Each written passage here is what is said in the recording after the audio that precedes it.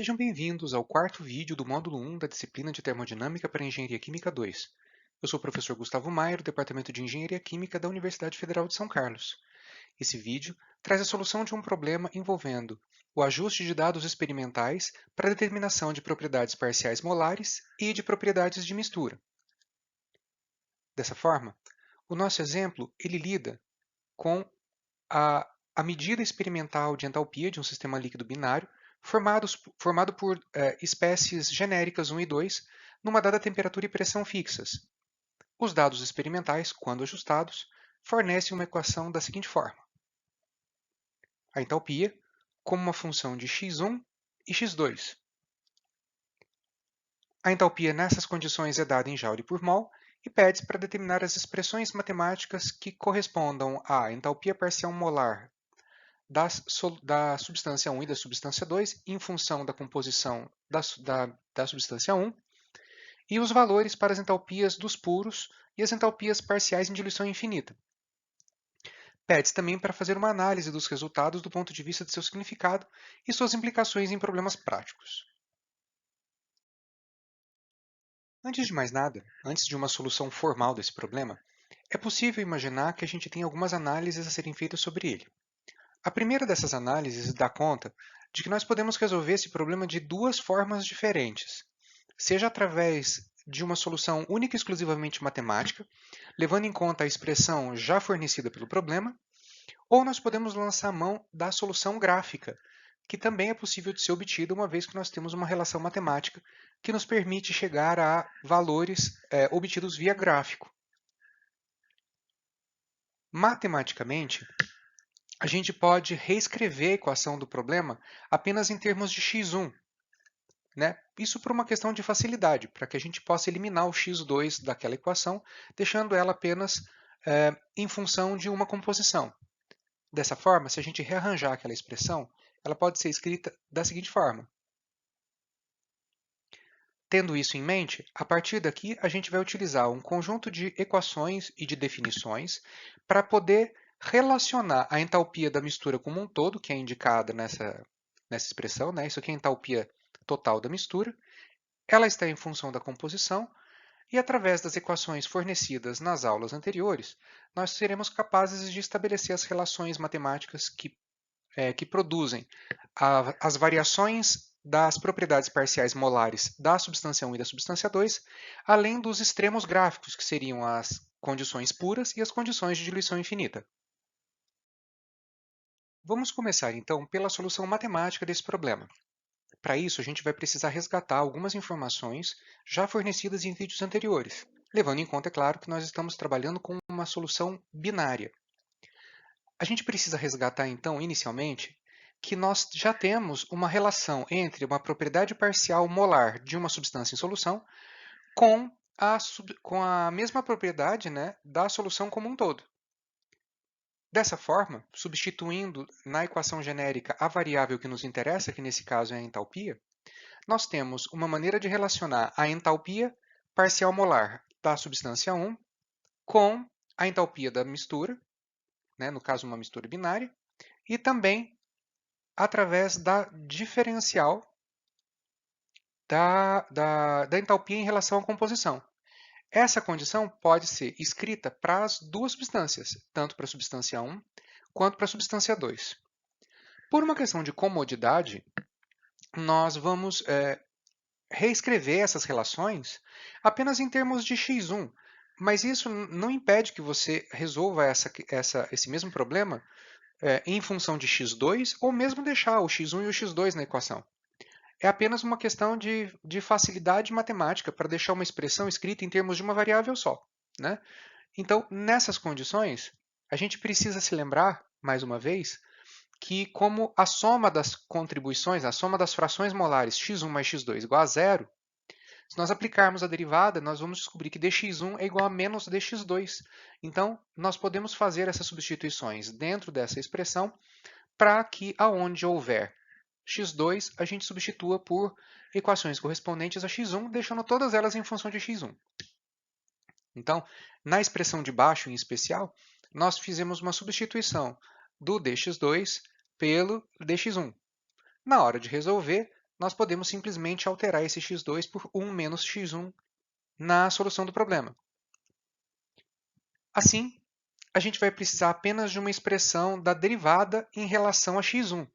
Como a expressão de entalpia da mistura já está arrumada, ela já está preparada em relação a x1, nós vamos produzir essa expressão, nós vamos fazer a derivada.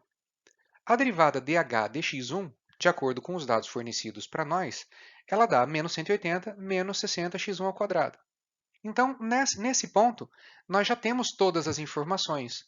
Nós já temos a equação, né, a expressão matemática da entalpia da mistura como um todo. x1 e x2 podem ser trocadas na medida da necessidade, na medida da sua conveniência, se você prefere 1 menos x1 ou 1 menos x2, para deixar o problema homogêneo em relação a uma variável só. E também temos a expressão da derivada.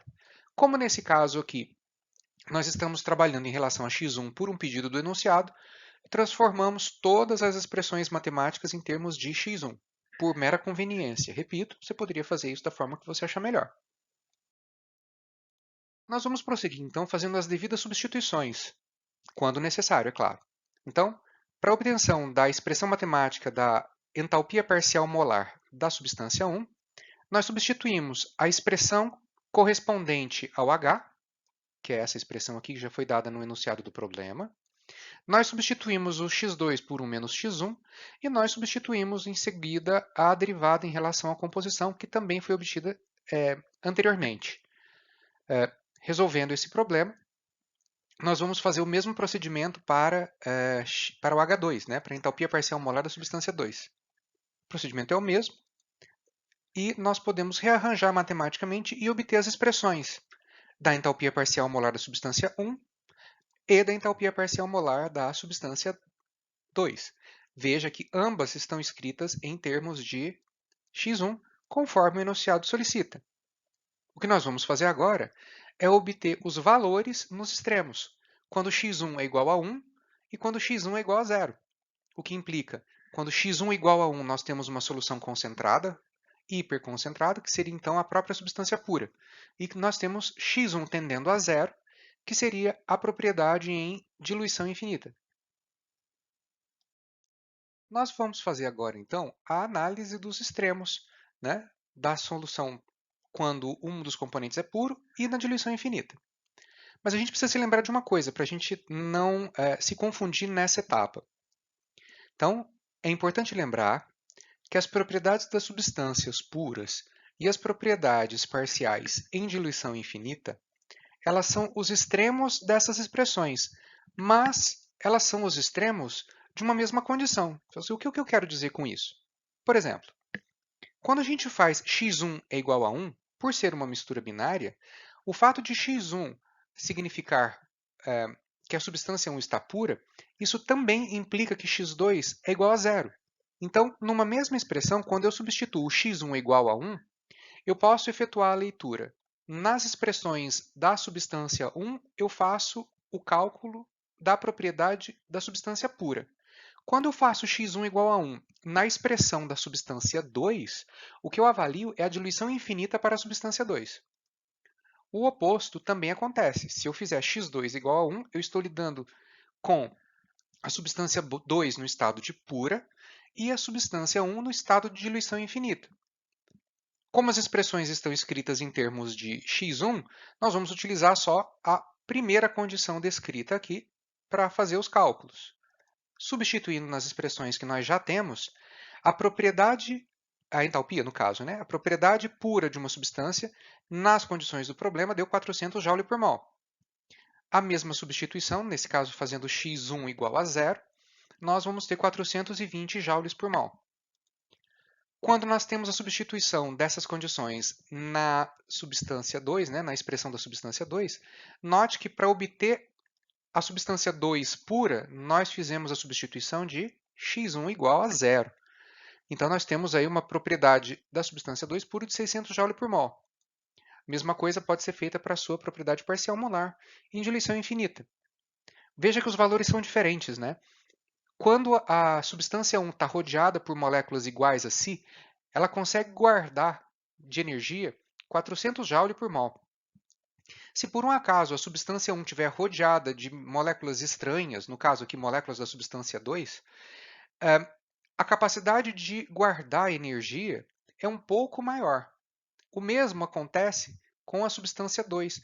Em termos puros, ela aguentaria guardar 600 Joule por mol, e se ela estiver em diluição infinita, ou seja, se ela estiver cercada de moléculas da substância 1, é como se ela pudesse guardar um pouco mais de energia. O que significa isso? Geralmente problemas onde esse tipo de situação acontece, onde a substância pura ela guarda menos energia do que a sua correspondente diluição infinita, é natural que a gente imagine que a interação molecular entre a substância 1 e a substância 2, ela promova aí uma relação que é de pouca afinidade. Porque se a substância 1 fosse muito atraída, se ela tivesse interações energéticas muito intensas com a substância 2, o valor da diluição infinita ele deveria diminuir. Porque quanto mais solitária a partícula fica, mais atraída por uma substância diferente de si mesma ela está. Nesse caso aqui, o fato dela conseguir guardar mais energia em si pode ser um indício de que, na realidade, ela tem pouca interação energética com as moléculas ao seu redor. Então, quando a substância 1 está em diluição infinita, ao invés de parte da energia que ela precisaria, que ela poderia guardar, ela é obrigada a despender em interações moleculares. Nesse caso, como as interações moleculares estão mais fracas, ela consegue aí 20 Joule por mol de bônus para poder ficar para si mesma. Ela não precisa compartilhar essa energia e nem utilizar ela para nenhuma outra coisa. A mesma coisa para a substância 2. Quando ela está sozinha, né, só uma molécula da substância 2 rodeada de moléculas da substância 1, ela consegue guardar mais energia, porque provavelmente a afinidade molecular dela com as suas vizinhas, com as suas moléculas vizinhas, é menor. Uma outra forma de analisar esse problema é através do gráfico. Muito embora a gente acabe sendo obrigado a estabelecer essa relação fazendo as expressões matemáticas que foram descritas em etapas anteriores. Né? Para que a gente seja capaz de plotar isso em gráfico, nós vamos precisar das expressões parciais molares da substância 1 e da substância 2. Inicialmente, se a gente pegar apenas a expressão matemática fornecida pelo problema, nós temos aqui entalpia, né? Entalpia da solução, em função de x1, que é o nosso objetivo aqui. Esse gráfico em azul, né, essa curva azul aí, representa aquela expressão matemática fornecida pelo problema. O que nós vamos fazer aqui é, nessa etapa, a gente ainda é obrigado a utilizar as expressões matemáticas para encontrar as expressões de H1 barra e H2 barra. Então, aqui nós temos as duas expressões, né? A primeira delas para H1, e nós somos capazes, nesses dois casos, de obter a propriedade em diluição infinita. Então, nós temos aqui H1 e H1 em diluição infinita. Aonde que nós fazemos essa leitura? Quando x1 tende a 1, tá, o 1 aqui, nós observamos que a propriedade adquire o valor de 400 Joule por mol, que é a entalpia da substância 1 pura. Veja, substância 1, x1 vale 1, nesse sistema ela é pura. A diluição infinita está no extremo oposto, onde eu tenho x1 igual a zero e, consequentemente, o meu H1 está dando 420 Joule por mol. Obtido dessa forma graficamente, eu não utilizei a expressão para fazer conta. Né? A mesma coisa pode ser feita com a substância 2, tanto para pura quanto para diluição infinita. Então, se você observar aqui, ó, quando x1 é igual a zero, isso é o equivalente a dizer que x2 é igual a 1. Então, isso aqui é o valor da propriedade do 2 puro, que é essa daqui. Ó. Né? Existe alguma confusão, porque nós estamos falando, mas x1 é igual a zero. Lembra? Esse eixo aqui ó, é como se fosse um eixo ao contrário quando a gente avalia x2. x2 aqui começa do 1 e termina no zero, quando a análise é feita em termos de x2. Então, da mesma forma, como o x2 é zero na extremidade do gráfico, nós podemos fazer a leitura aqui de 640 joules para a propriedade parcial molar. Né? Isso aqui é um problema clássico de como a gente obtém as propriedades parciais molares de dados experimentais que a gente encontra na literatura. Não é difícil, né, no sentido de que é meramente uma jogada matemática, toda a parte de conceito termodinâmico já foi abordado antes, então é mais uma aplicação de equacionamento. E esse exercício também foi obtido através das sugestões de exemplos da nossa bibliografia. Para essa aula, nossa bibliografia foi inteiramente o Smith, foi um exemplo retirado dele com algumas modificações para que a gente pudesse aprofundar a nossa análise. Eu espero que vocês tenham aproveitado o nosso momento de resolução de problemas, que essa solução tenha esclarecido para vocês de que forma propriedades de mistura se relacionam com propriedades parciais e como utilizar dados obtidos experimentalmente para a obtenção de relações úteis para a termodinâmica de soluções. Eu me despeço aqui, agradeço a participação de todos e a atenção e vejo vocês num próximo vídeo. Até mais!